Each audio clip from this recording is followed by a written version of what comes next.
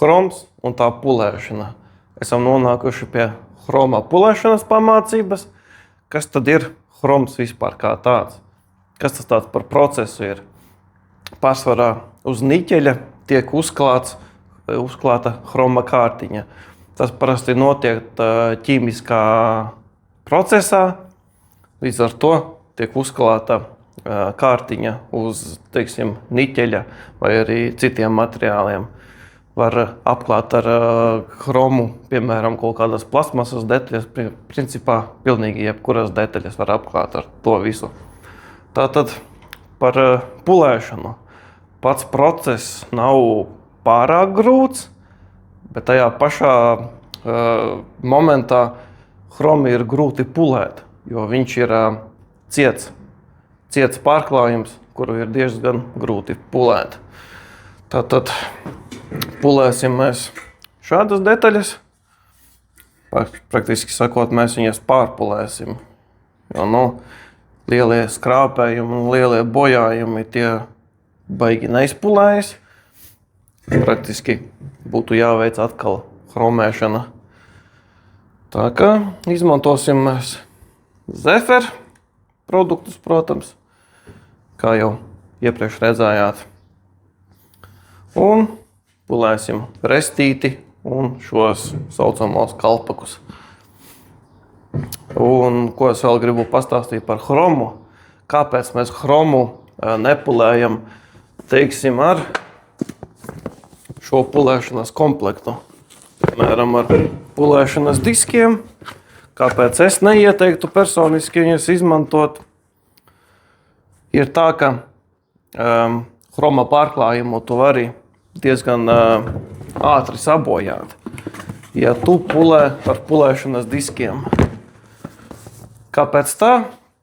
Iegriežot pulēšanas disku, rodas karstums, un tu vari izdedzināt to chroma pārklājumu. Un ja apakšā ir niķelis, tu vari ļoti labi to redzēt. Piemēram, ja mēs pulēsim ar pulēšanas disku šeit, un ja tiks izdedzināts šajā vietā, tad redzēsi tādu zeltainu, tā kā spīdīgu zeltainu pleķīti.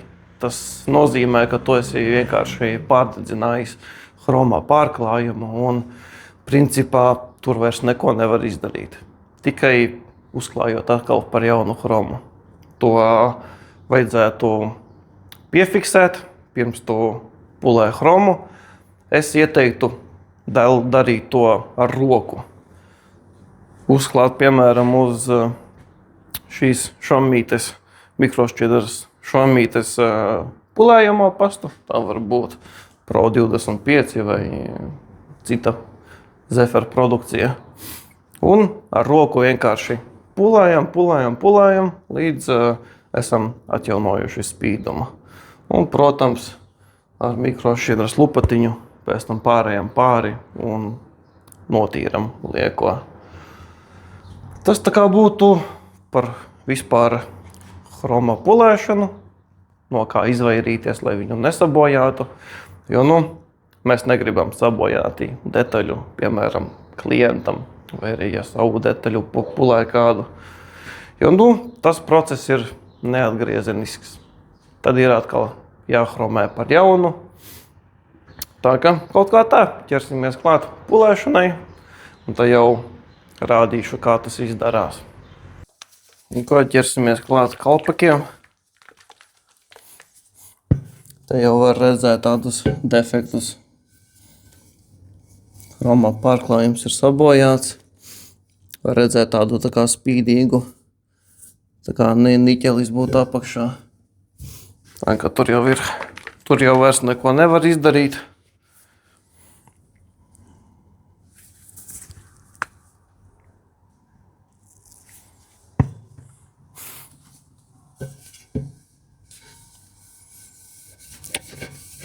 Tad uzklājam un ar vieglām kustībām ejam visam pāri.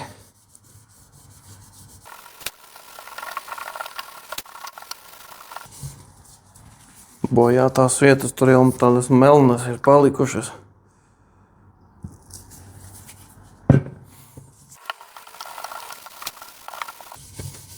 tik sabojātu pārklājumu, protams, mēs te neko daudz nevaram izdarīt. Bet, darīsim, ko spējam. Ko var, to izdarīsim.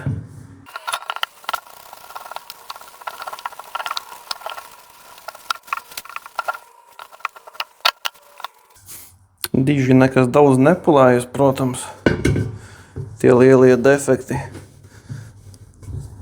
Bet, labāks spīdums ir. Kamerā droši vien to nevarēs redzēt. Vajag labi to atšķirību.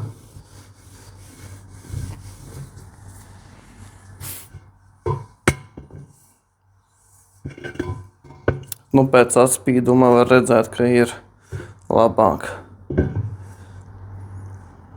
Kur netik dzidrs spogulīts. Un te jau tāds dzidrāks. Domāju, ka tas arī būs maksimums, ko var izspiest bez atkārtotas pārklāšanas chromam.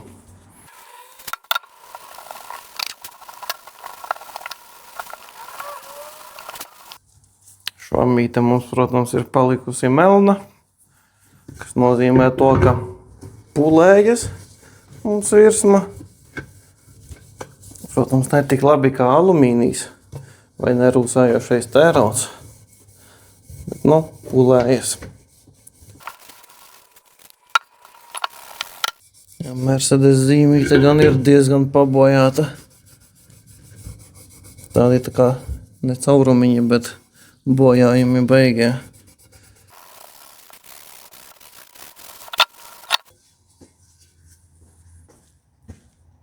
Tā kalpaks mums ir sapulēts, jeb pārpulēts.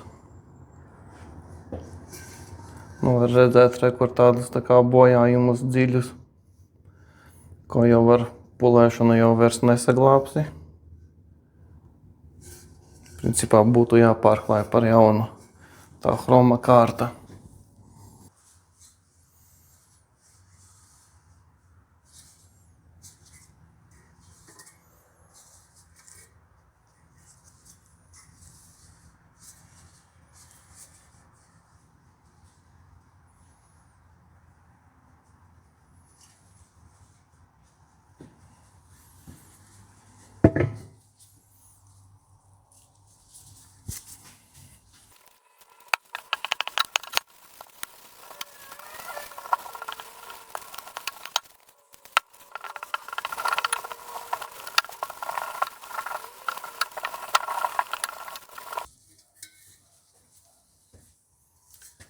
Šis kalpaks nebija tik bojāts, līdz ar to rezultātu arī mēs redzam labāku.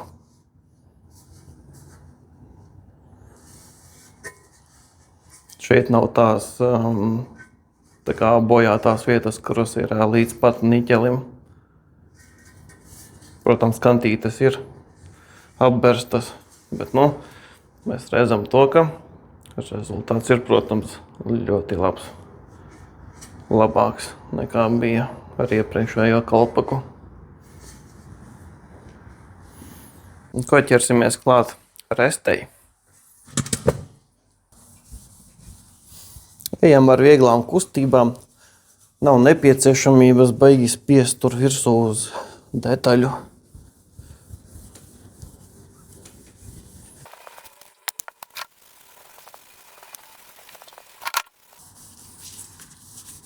Šeit arī tādi nepārāk forši defekti ir.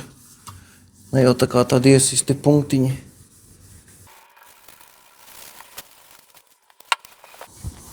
Starp citu, Pro 25 ir pat pa lielam domāts chromam. Bet viņš ņemās ārā vispār. Skatās, ka viņš varētu arī ņemties ārā.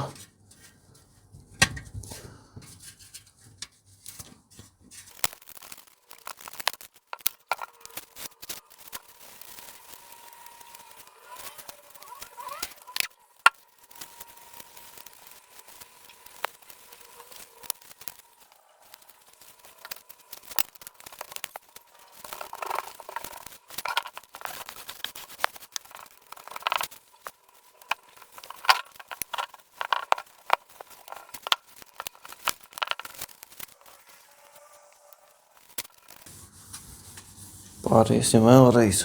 Vēl vienu reizi visam apkārt. Tā smuki un maigi.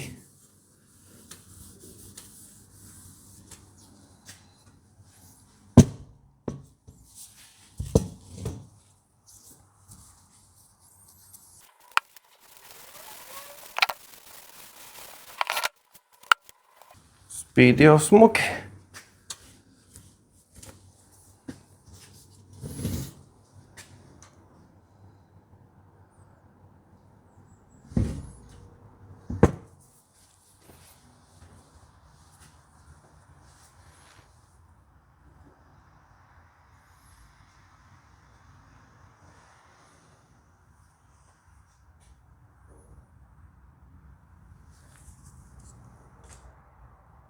Lūk, tas arī viss. Chroma pulēšana mums ir noslēgusies. Ko tad varam secināt? Pulējas viegli, process ir viegls, nav sarežģīts, bet diezgan grūti pulējas tas chroms. Jābūt uzmanīgam ar chroma pulēšanu. Nevajag pulēt ar pulēšanas diskiem. Kā jau minēju iepriekš, var diezgan ātri sabojāt, ja baigi sakarsēja materiālu. Pulējām mēs ar Zephyr Pro 25, kura ir tieši domāta chromam, vairāk tā kā chromam. Pamācībās ir pieminēts tas, ka tieši chromam Pro 25 ir tieši tas, kas ir vajadzīgs. Tā kā neizmirsti piesekot, nospiest like podziņu, un tā jau tiekās nākamajos pamācību video. Izdomāsim kaut ko vēl, ko jums parādīt.